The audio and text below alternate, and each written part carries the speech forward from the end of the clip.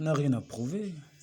Je nous assure que si je parle comme ça, c'est pas parce que je suis meilleur que les autres, mais c'est parce que le Seigneur nous fait grâce de comprendre un certain nombre de choses.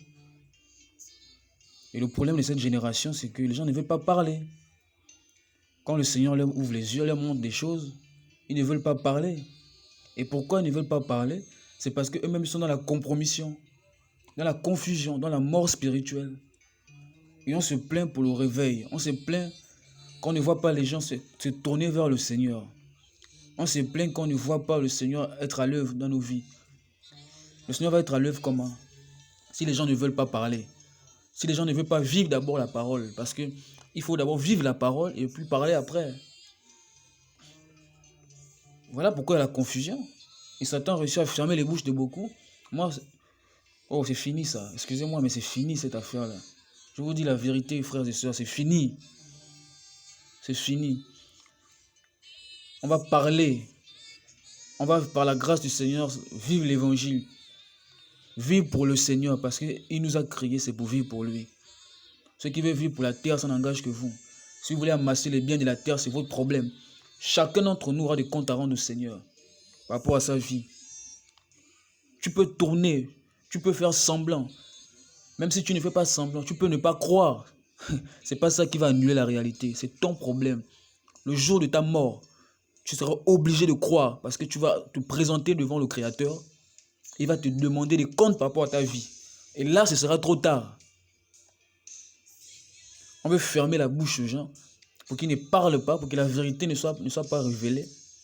Même ceux qui ont reçu les messages de la part du Seigneur, beaucoup là sont dans la compromission. Ils ne veulent plus parler à cause de l'argent. D'autres sont morts dans l'esprit. Regarde comment tu étais avant, comment tu es devenu aujourd'hui. C'est la mort. Il faut être sincère, c'est la mort. Tu es mort spirituellement et tu es en train de mourir. Voilà pourquoi le Seigneur veut t'interpeller, pour que tu te relèves, que tu te réveilles. Le Seigneur veut que tu te réveilles, tu te relèves. Oh non, vous voyez, faut aussi être équilibré. C'est à cause de cet équilibre-là que tu es devenu comme tu es aujourd'hui. Faut être équilibré. La compromission, c'est ton problème. Le salut là, il est personnel. Si tu ne veux pas prendre position pour la vérité, c'est ton problème. Il y a deux choses.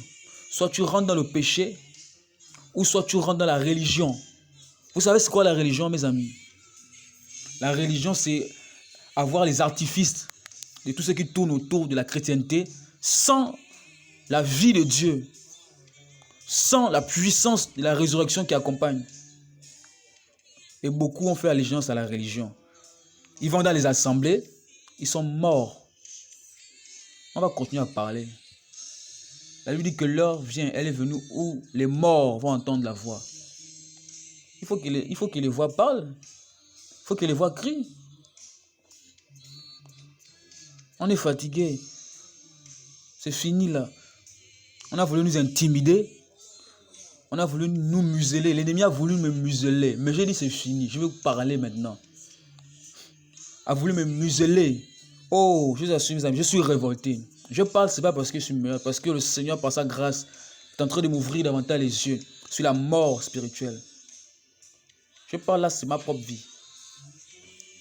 On ne va pas se taire. Ceux qui veulent se taire, c'est leur problème.